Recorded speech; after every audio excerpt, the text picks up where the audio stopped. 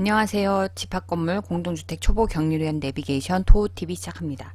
오늘은 집합건물 중간 정산에 대한 특이 사례를 말씀드립니다. 아파트에는 이런 경우는 거의 없고요. 집합건물에는 이런 일이 종종 일어나는 것 같아서 제가 안내를 해드리고자 합니다. 사례는 실제 들어간 내용에 대해서 설명해 드리면서 보여드리겠습니다. 시작하겠습니다. 집합건물은 중간정산 중 합산동호라는 게 있습니다. 아파트는 합산동호는 없습니다. 왜냐하면 각 호실당 각 세대주가 한 분이기 때문이죠. 근데 집합건물 같은 경우는 여러 개의 호실을 한 소유자가, 예를 들면 병원을 한다. 병원을 하면 한 층을 전부 다 이분이 소유하거나 아니면 임대를 해서 그 층에 대한 각각의 호실들을 이분이 다 관리비를 납부하겠죠. 그럴 때 쓰는 게 바로 합산동호입니다. 말 그대로 여러 개의 호실을 합산해서 고지서를 발부하는 게 합산동호의 장점이죠. 근데 문제는 그 합산동호를 하나로 해서 할 땐 좋은데, 만약에 이분이 병원이 폐업 신고를 하고 나갈 때 이분이 자기 소유도 매매할 거고, 아니면 임대자한테 임대를 썼던 거는 다시 돌려줘야겠죠. 자, 이럴 때는 중간정산이 어떻게 되느냐. 중요한 거는 합산동호는 소유자가 다를 때는 합산동호 하시면 안 됩니다. 소유자가 예를 들면 A라는 사람이 자기 호실을 쓰면 A호를 쓰면 상관없는데, B라는 소유자의 B호를 A라는 사람이 임대해서 쓸 때 B와 A호를 모두 합산해서 하면 기존에 있는 소유자에 대한 이력이 합산동호를 메인으로 하는 순간 사라집니다. 그래서 합산동호는 제일 첫 번째 주의할 점은, 합산동 하기 전에 소유자가 다를 때는 합산동 하지 말고 소유자가 같을 때는 합산동으로 해도 됩니다.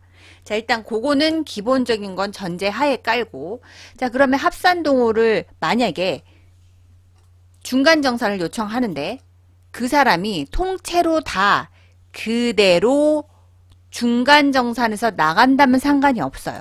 근데 이분들이 대부분 10개의 호실을 갖고 있다가 본인이 폐업 신고하고 4개를 임대를 준다. 그러면 10개 중에 4개만 중간정산을 요청하겠죠.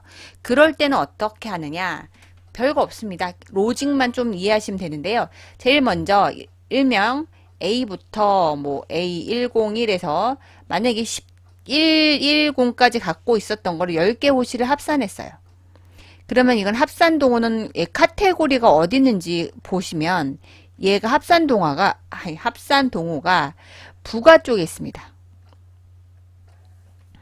부가에서 합산동호를 해요. 무슨 말인고 하니, 해당 호실들을 각각의 우리가 관리비 생기면 각 호실에 뿜빠이하죠.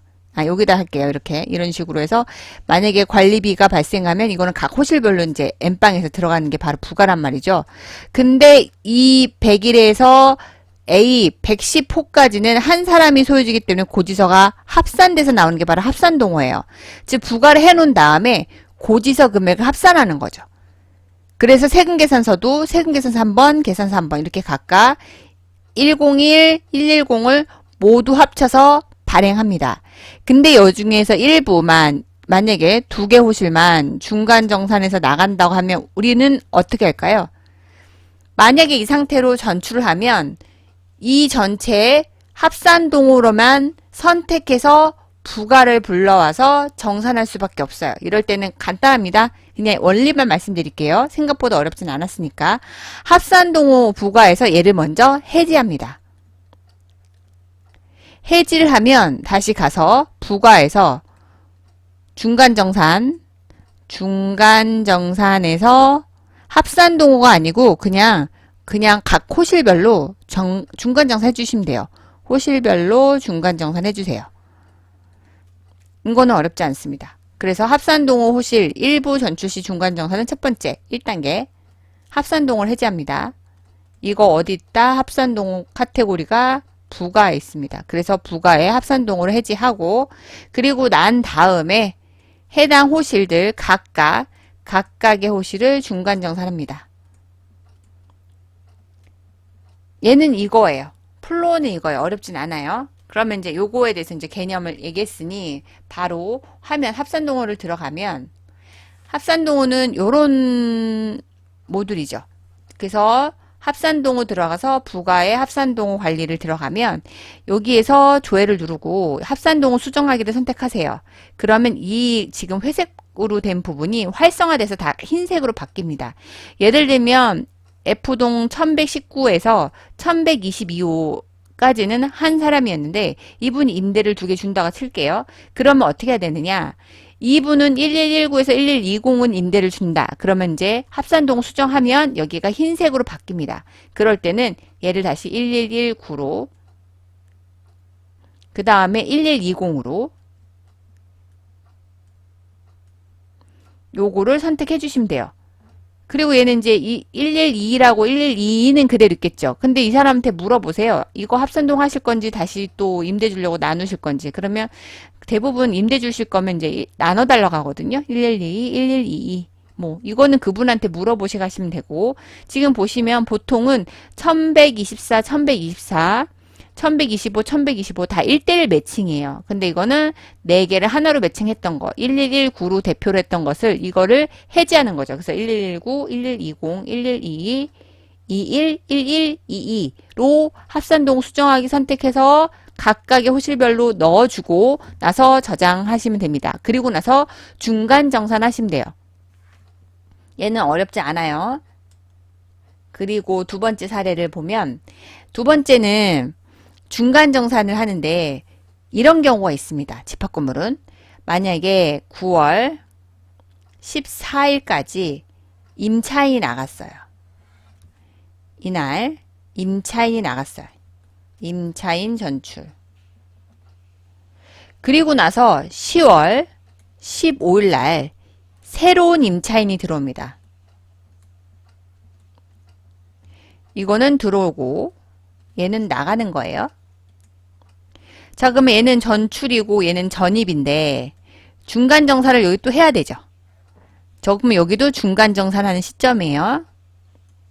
근데 문제는 지금 10월 15일 날 중간 정산을 하면 우리가 10월 15일로 전출 날짜를 하면 부가 15일은 마감하지 아직 않은 시점이죠. 그럼 언제? 9월 1일부터 얘가 끌고 옵니다. 전산상 세팅이 그렇게 돼 있어요. 근데 9월 14일 임차인님이 돈 주고 간 게 있죠. 그러면 실제로 중간정사 해줘야 되는 기간은 바로 9월 15일부터 10월 15일까지란 말이죠. 자, 그러면 날짜를 봅시다. 9월 15일에서 9월 말까지는 여기까지가 바로 얼마? 16일이에요. 이거 어떻게 계산해요? 9월 달은 며칠까지 있어요?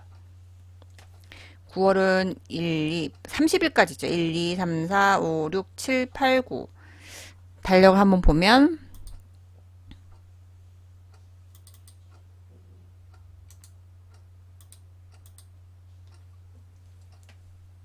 목이 안 들어가. 30일까지예요.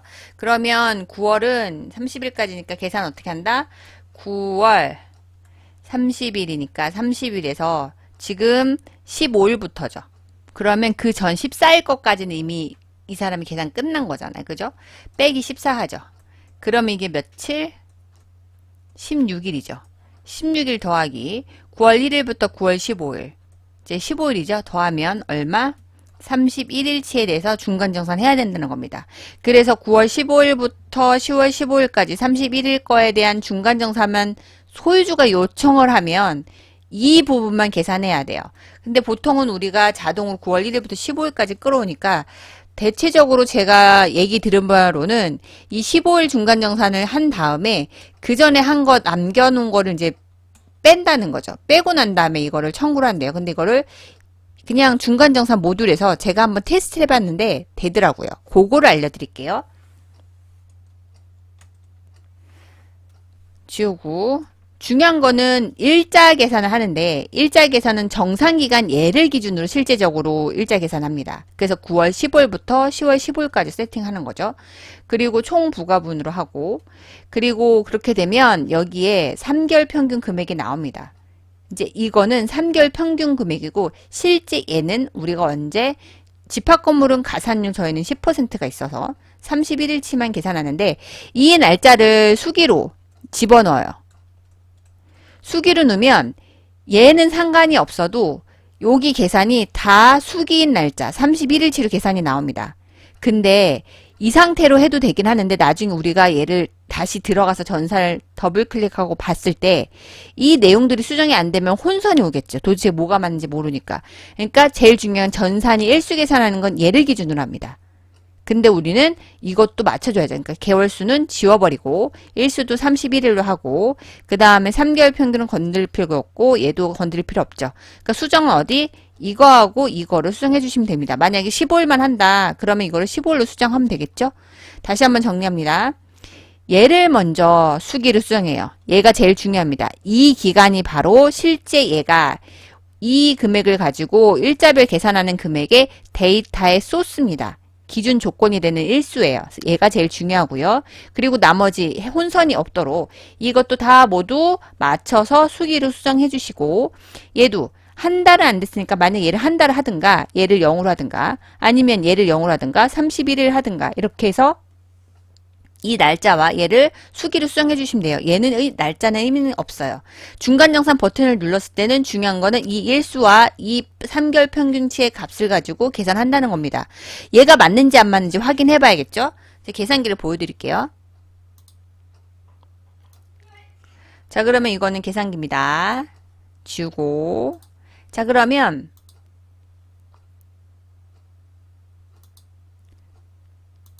자, 이제 계산할게요. 일반 관리면만 가지고 얘기할게요. 93,573원이 3개월 평균이에요. 93,573.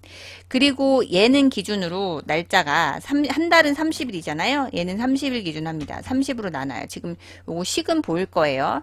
30일인데 지금 우리는 이 30일을 나누면 하루치죠. 근데 그렇게 해서 31일치를 계산하는 거잖아요. 그리고 곱하기 31일. 그리고 가산율이 10%죠. 그럼 이거 곱하기 1.1입니다.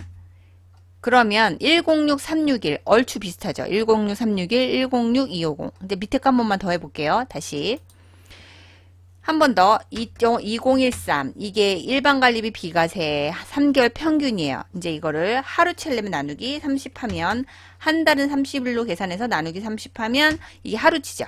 그죠? 여기 식은 보일 거예요. 그리고 여기서 67.1에서 곱하기 31일치를 우리 찾는 거죠? 곱하기 31일. 그죠? 그리고 나서 여기서 100%와 10% 한 거를 비율 곱한 거를 곱하기 1.1 하죠. 그러면 2288, 2290 거의 비슷하죠. 그러니까 계산이 이렇게 나오더라 이거를 확인할 수 있습니다. 그래서 여러분께 이거 알려드리는 거예요. 그리고 나서 검침 같은 경우는 당연히 얘는 이 앞에가 그 전달 검침이니까 끌고 와요. 요거 조심하셔야 돼요. 그래서 언제 지워버리고 9월 15일에서 10월 15일 것까지의 지침만 집어넣어서 단가 넣어서 적용해 주시면 됩니다. 그것만 맞춰주시면 이 상태로 저장해서 영수증 출력하고 그걸 주시면 돼요. 그러면 우리가 수기로 엑셀로 하는 것보다 훨씬 편하겠죠. 그러면 여기까지. 오늘도 여러분 실력을 키우고 화이팅! 좋아요, 구독, 알람 신청 부탁드립니다. 감사합니다.